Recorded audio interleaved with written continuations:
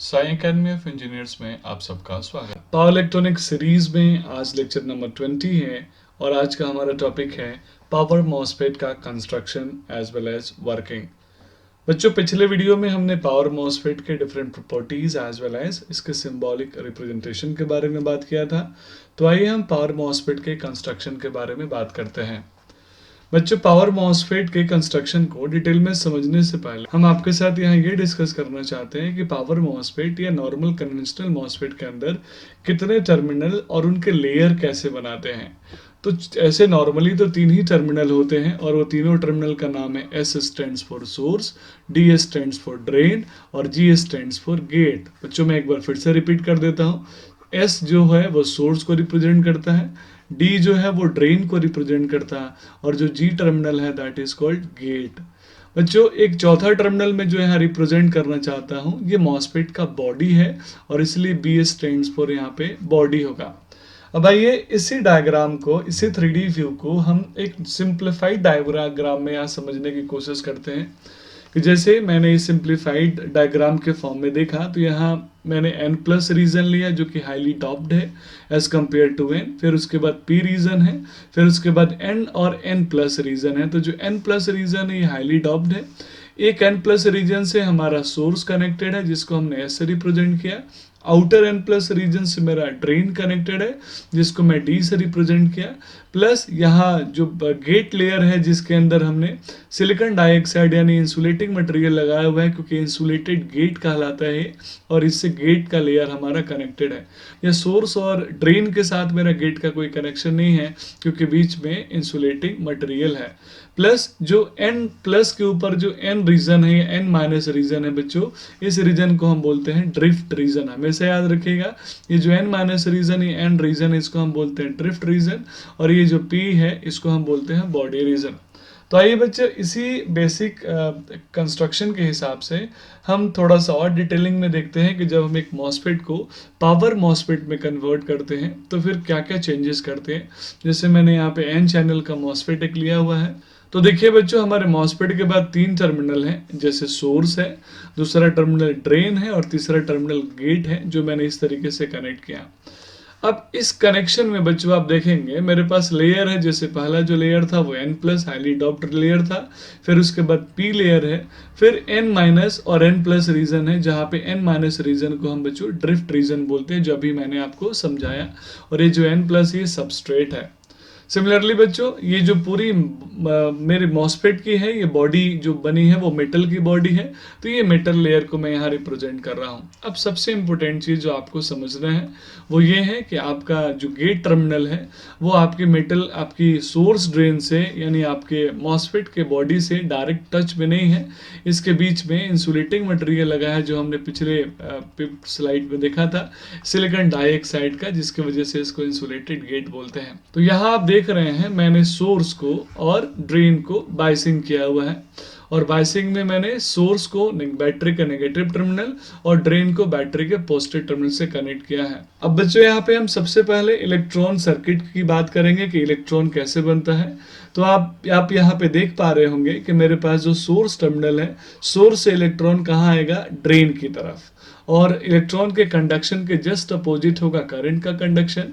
तो सोर्स से जो ड्रेन की तरफ इलेक्ट्रॉन आना चाहेगा उसमें मुझे यहाँ n प्लस रीजन मिल गया, यानी यहाँ इलेक्ट्रॉन डोमिनेट करेगा, मेजॉरिटी चार्ज कैरियर है। सिमिलरली यहाँ पे इलेक्ट्रॉन मेजॉरिटी चार्ज कैरियर है, यहाँ पे इलेक्ट्रॉन मेजॉरिटी चार्ज कैरियर है। लेकिन प्रॉब्लम ये है बच्चों कि इलेक्ट्रॉन जब इस n प्लस रीजन से अगले n माइनस रीजन में आना चाहता है तो बीच में एक रीजन मिल गया p रीजन, और इस p रीजन की वजह से जिसमें मेजॉरिटी चार्ज कैरियर है वो होल्स है, इलेक्ट्रॉन माइनॉरिटी चार्ज कैरियर है, तो इस रीजन की वजह से मेरे इलेक्ट्रॉन का कंडक्शन नहीं हो पा रहा है। अब यहाँ सवाल आता है, फिर इस कंडीशन में जब इलेक्ट्रॉन का कंडक्शन नहीं होगा, सोर्स से ड्रेन की तरफ इलेक्ट्रॉन नहीं आएगा, तो फिर मेरे डिवाइस में करंट का कंडक्शन कैसे होगा। तो बच्चों, जैसे ही हम गेट को बायस करते हैं, यहाँ पे एक p रीजन के बीच में एक चैनल बनता है n रीजन का, जिसको हम बोलते हैं n चैनल। बच्चों ये जो n चैनल बनेगा ये दोनों केसेस में यहाँ पे देख पा रहे हैं हम बन रहा है। तो इस n चैनल के बनने के बाद इलेक्ट्रॉन के कंडक्शन के लिए और एक मेरे पास चैनल बन गया। यहाँ पे बहुत ध्यान से देखिए, ये इलेक्ट्रॉन का एक चैनल बन गया। तो इस तरीके से आप देख पा रहे होंगे कि इलेक्ट्रॉन मेरा सोर्स से निकलेगा, सोर्स से निकलने के बाद यानी इस n+ रीजन में जाएगा, फिर इस चैनल के पाथ को फॉलो करेगा और चैनल के पाथ को फॉलो करते वापस ये ड्रेन की तरफ आ जाएगा। तो यहाँ इस तरीके से इलेक्ट्रॉन का कंडक्शन हो रहा है। अब इलेक्ट्रॉन ने एक बार कंडक्शन कर लिया, सर्किट को पूरा कर लिया, तो फिर करंट फ्लो होना स्टार्ट होगा और करंट का एजम्पशन हमेशा इलेक्ट्रॉन के मूवमेंट का एजम्पशन से अपोजिट होता है। तो इस तरीके से इस डिवाइस के अंदर करंट फ्लो होना स्टार्ट हो जाता है। तो इलेक्ट्रॉन का जो मूवमेंट है वो है सोर्स टू ड्रेन की तरफ, और जो करंट का मूवमेंट है वो है ड्रोन टू सोर्स की तरफ। ये बच्चों आप हमेशा याद रखिएगा।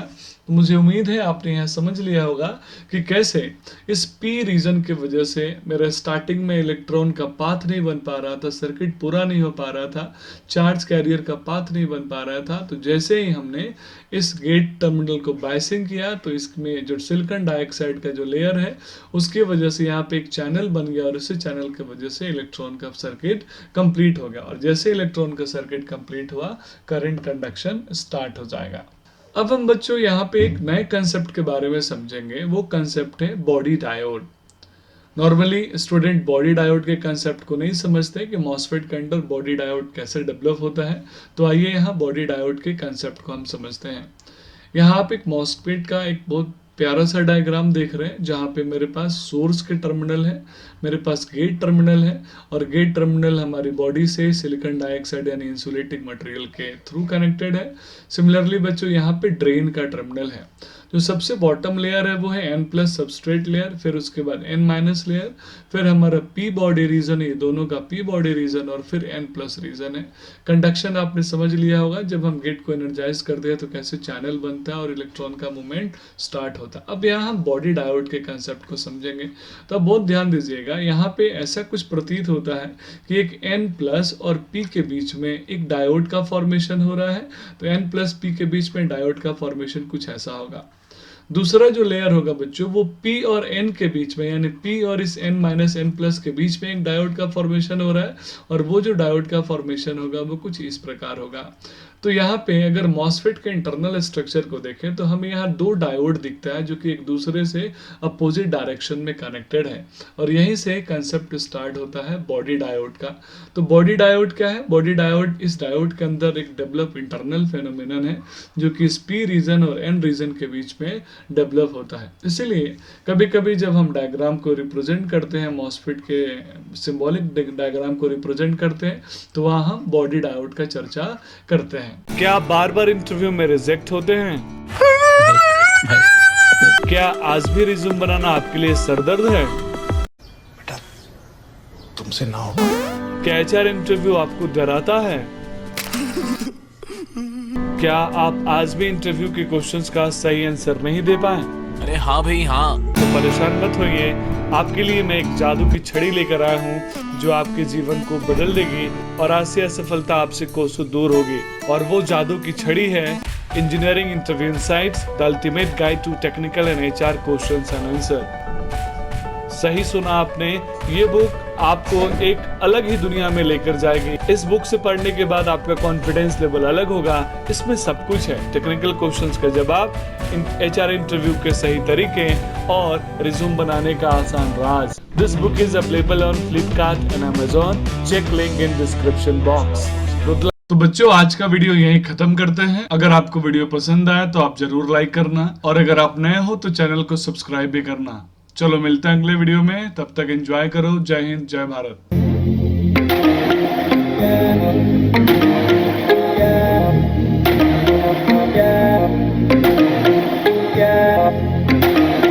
Yeah.